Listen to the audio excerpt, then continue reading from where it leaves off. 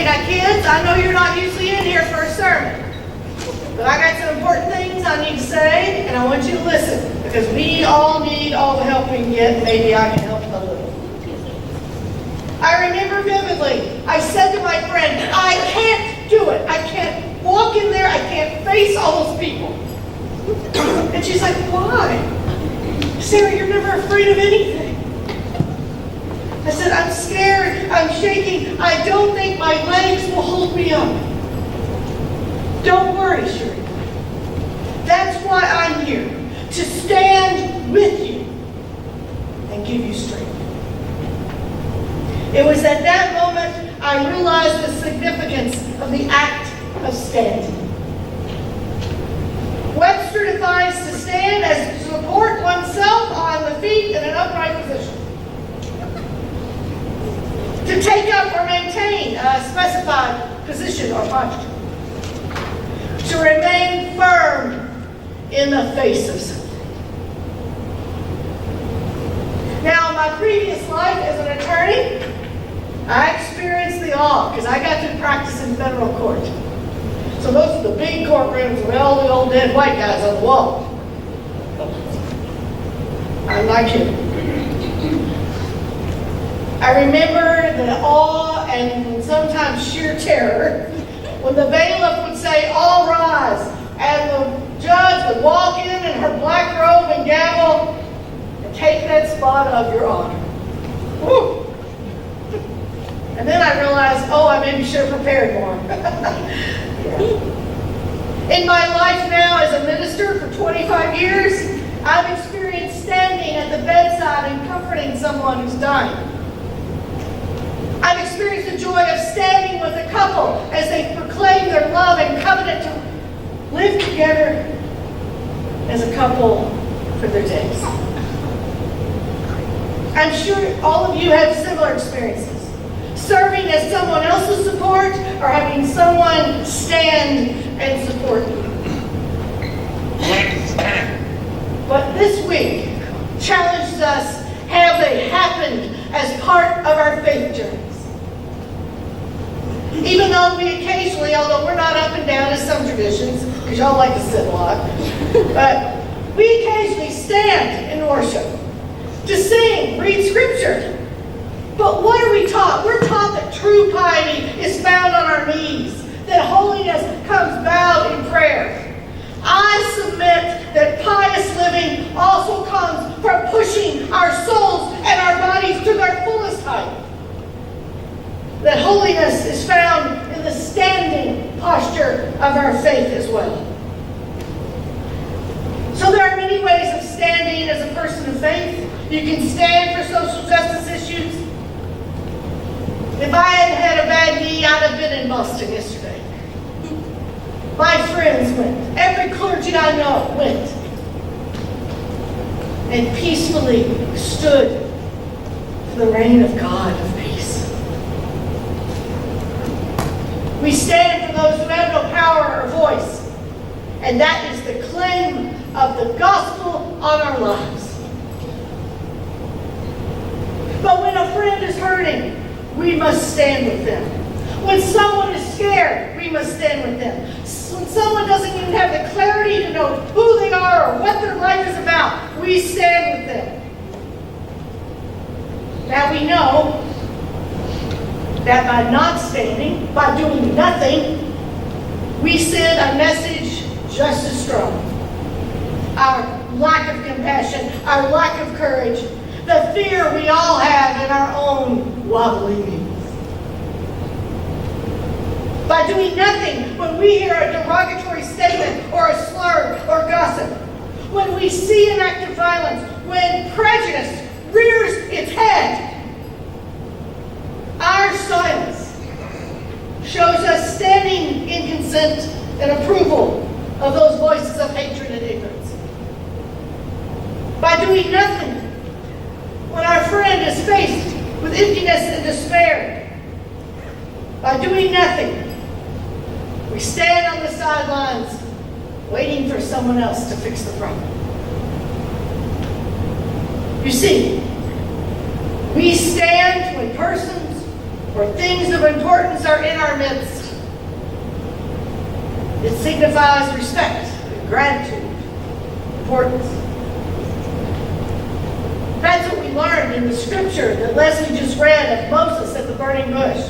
You notice, God did not say to Moses, take off your tunic because you're sitting on holy ground. God said, Moses, take off your shoes. You're standing on holy ground. Something big is about to happen, and you need to be in a position to capture its greatness.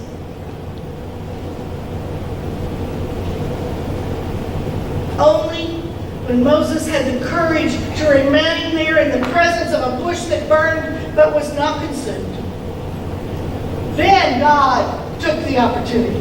See, if we had kept reading the rest of the story, we finally get the name of God. Earlier, people had asked and God wouldn't answer, who are you? But only when a barefooted shepherd named Moses planted his feet in the dirt of Mount Sinai and said, I'm not leaving till you tell me who you are, did God declare the divine identity and reveal this untranslatable name, Yahweh. I am who I am. Now, it's still a mystery, but we got a name. And that's how it is with us. If we have the courage to stand on holy ground, when we have the courage to stand with those who have no recognition and no voice, then they'll discover their voice and their identity. Only when our feet remain firmly planted with those we believe in do they find the strength to stand and tell us their truth. But what does the world tell us? I love musicals. I know all the words. If you ever put a camera in my house and walk me, putter around, I'm just singing along with my stereo. Tom would be mortified. Which is why I'm not in the choir. But what does the musical Guys and Dolls tell us? It sums it right up. Sit down, sit down, sit down, sit down, you're rocking the boat. Don't bring up those issues. Don't go against the status quo. Don't talk about the reality of your existence, the chaos in your life. Sit down. You're crazy to speak of. You're not smart to defy tradition. You're a martyr for an unworthy cause. It doesn't happen in New England. If you stand up for that, you'll be labeled. If you stand next to those persons, you'll be guilty by association. If you stand up, you might get rejected. Or like our National Minister of Witness and Justice, Reverend Tracy Blackman, that racial slurs she was spent upon, things were thrown at her. And her security, I don't know if you saw her on CNN, the security had to whisk her away while she was being interviewed because they were coming after her with clubs and sticks. Because she dared to stand.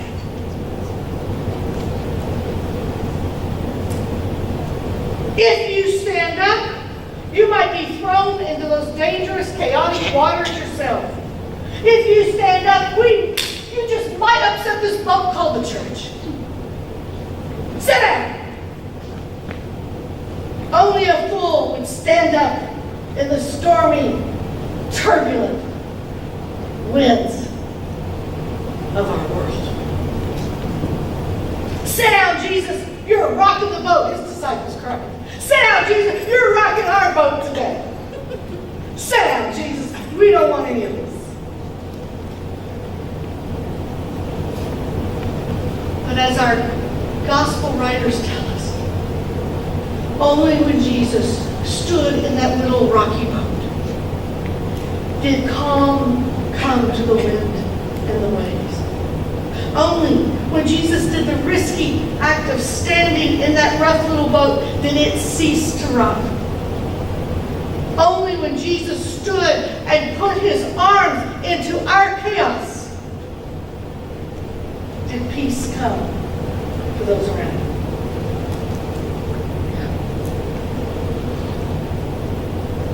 So I offer a vision of healing. That only when we stand in the midst of our present chaos, when we stand in the midst of the fear, will peace come to those who are powerless? Will peace come to those who are hurting and scared? Will peace come to those of us who are outraged? Only when we have the strength and courage to stand with those who cannot, or those things that might rock the boat, then justice can be realized. What has been inaugurated by the divine must be completed by those of us divinely inspired. And so, are you standing on holy ground? One of our readings a few weeks ago brought this all back to me. And it says, the woman stood far off on the bank of the river, and she says, what do I go to this far land which no one has reached? Oh, I'm alone. I am utterly alone. And reason, that old voice said to her, silence! What do you hear? And listen intently, she says, I hear the sound of feet. 1,000 times 10,000 feet, and they beat this way. And reason said, those are the feet of those that will follow you. Lead on. Make a track to the water's edge. Where you stand now, the ground will be beaten by 10,000 times 10,000 feet. And then he asked her this question. Have you seen the locust, how they cross the stream? First one comes down to the water's edge and it's swept away. And then another comes and another, and at last, with their bodies piled up, the rest passes over the bridge that was built. And she says, but what of those that come first? Some are swept away and heard of no more. What of that? And reason says, you made the track to the water's edge. And she goes, and over that bridge that is built with our bodies, who will pass? And reason replied, the entire human race. And the woman grasped her staff and turned toward the dark path down the river. Now I've experienced this important act of standing with posture in my own life. Let's think of those people that because of them I can stand here today. Then you go home and you make your own list. I think of Deborah and Esther, women prophets who stood for their people.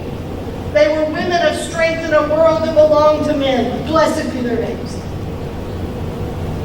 I think of Ruth and Rahab, outsiders, who came in from another tradition and embraced new relationships. Blessed be their name. I think of Antoinette Brackwell Brown, who in 1853 became the first woman ordained by a main group of Congregationalists in Rochester, New York. Now, when she didn't preach enough hellfire and damnation because she talked about God's universal grace, the Congregationalists kicked her out and she became Unitarian, but blessed be her name.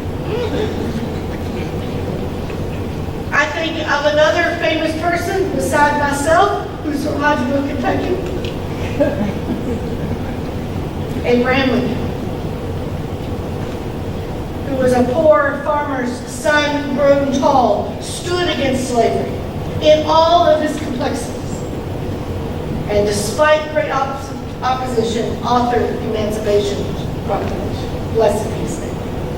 I think of Martin Luther King, who stood as a prophet of peace, whose words we still echo today. Blessed be his name. I think of Rosa Parks, who in her defiance act of sitting shows us how the act of standing comes in many forms.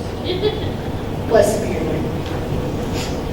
I think of Susan B. Anthony, a single woman, who's a Quaker, who was brutally beaten in the streets of Rochester for daring to cast a ballot. Blessed be your name. I think of William Johnson, the first openly gay person ordained in any denomination in the Iron Church of Christ in 1972. And the words he was called. Blessed be his name. Now, few of these people captured in history did it all on their own. They had many people beat the path of the river before them. A lot of them had people pushing them, behind them, standing with them. But only by these people who stood in history, willing to cross the river in front of me, can I stand here today. By digging their toes in and willing to stand with them, I can push myself to my full height, my full breadth of integrity, and say that I am of Sarah Smith. But mostly because of that Holy One, Yahweh, who keeps leading me to the river. So I can put my stole on. If it was big church, I'd put my robe on. And I'd find my voice and I say the I am who I am. I'm Sarah. Or if you're from Central Kentucky, it's Sarah. So everybody called me growing up, Sarah. Don't repeat that. I am a Kentuckian. I'm a lawyer. I'm a woman. I'm a Christian pluralist. I think there's lots of paths to God. I'm a feminist. I'm a daughter. I'm a sister. I'm an aunt. I have been a partner in the past. I'm a lesbian. I'm a minister of the gospel of love and grace and justice. And in the midst of my life's chaos, Jesus' arms have reached out into my storm, and I have found peace.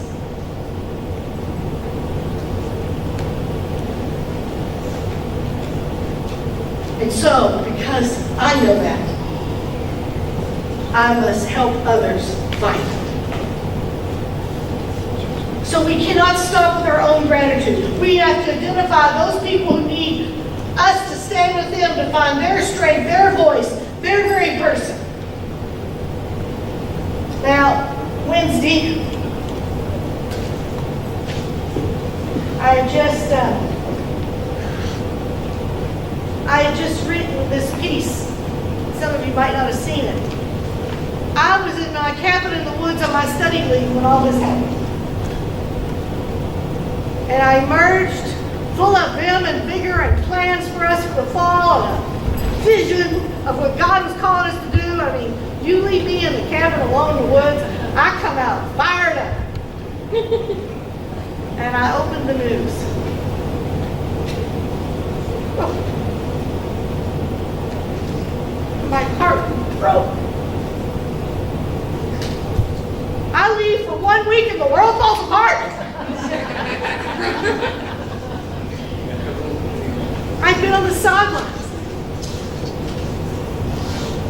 And now I was immersed in this chaos. And so I did my research and I wrote these words and I want to share them. And then I have a quick story.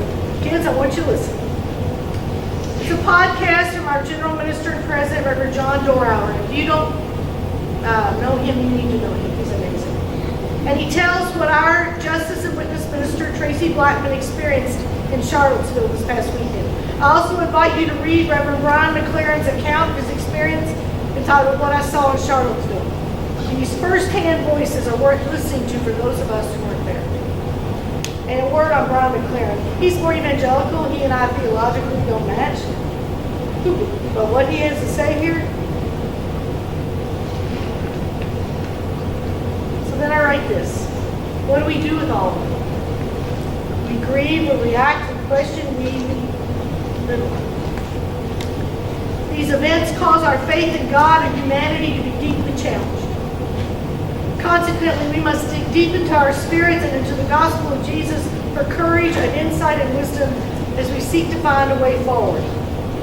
And then I kept thinking, well, what is rolling around in my head? So I wrote it. These are the words that have become mantras for me this week. What does the Lord require of you but to do justice, to love mercy, and to walk humbly with our God, from Micah? Hate cannot drive out hate, only love can do that, Martin Luther King. Be the change you wish to see in the world, Gandhi. Love your neighbor as you love yourself. Jesus quoting Torah.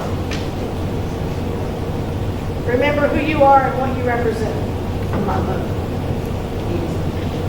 Indeed, let us represent the one we seek to follow, standing for justice, overcoming hate with love, intentionally building bridges every minute we can with every person we can of all races, creeds, faiths, showing a way to love and to respect, showing a way to live in peace together, being the change we need in this world. So I had written that. I closed up my computer, and I got in my car to go to the airport. Now, those of you who know me, it was around noon, so I was hungry. Sort of a perpetual state. And I realized this week they almost canceled my surgery because my heart rate and blood pressure are so low that they're too low, and I have the metabolism of this carpet. Which is why I can't lose weight. So now I have an excuse. Great, okay. But in all seriousness, so always when I'm out other places, I go to eat where I can't eat here. And a big thing in the South is Arby's. It's meat on bread with sauce. I know the vegetarians go, but just let me live for you, okay? So I really Arby's. I could give me a sandwich. So I go in, and this nice African-American woman waited on me. Her name was Amber. And I had just written about building bridges intentionally with people. And my inner Dorothy Dean Smith came out because she never knew a stranger. And while I was waiting, I just started talking to her. Where are you from? She asked where I'm from. I said, well, I'm from Connecticut, even though I don't sound like it. She goes, oh, I've always wanted to go. I've never been anywhere. I said, oh, girl, you must travel. You must see the world. Oh, I want to so bad. And so we just talked. And I told her, you need to go here, you need to go here, you need to go here. She said, girl, I gotta work. And then by the time they fixed my very special sandwich, and I was taking it to go and eat on the plane, she said, Miss, you've inspired me today. I'm going to get out of this town. And I said, well, you go with God. I said, and the world would be better because they don't. And she high-fived me and went to Canada. I will never see her again. But for one moment, a black woman in the South and a white woman from the South connected over meat on a bun. We connected in our common humanity to be more than we can be. And I left there. And I was almost like, I walked a little lighter. Because I had made a connection across race, across culture, across economic, across education, across everything. She and I knew the chaos in the world. We knew what the world was telling us we ought to feel toward each other. But we did something different. We stood with each other. Make the connections. Build the bridges. It is the only way out of this. Okay, do it today, friends. Go to Arby's. Do it today.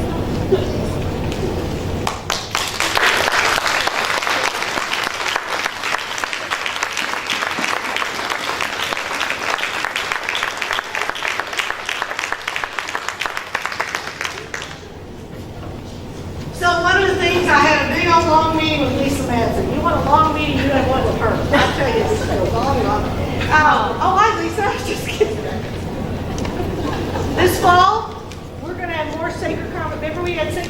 presentations on race in our own building. We're going to do more of that. We are a multicultural church, and we need to learn how to live that. We're going to talk about our realities, all of us. We're going to listen. We're going to make connections. And when we can bear witness, then we can live together in peace. Everybody with me? Okay, that's what we're going to do. All right. Oh, yes, that's true. She brought me a big old blueberry pie, so she can stay as long as she wants. Back to the food. I'm just teasing. Let's give our offering. We're going to listen to Mary Beth, but let's give. We got to pay the bills, but also we got work to do. We got good stuff to do. Let's give. I know. Cough it up. That's right. Cough it up. All right. Hey, kids, you go back and ready to present the offering. Be nice to Miss Carter there, okay?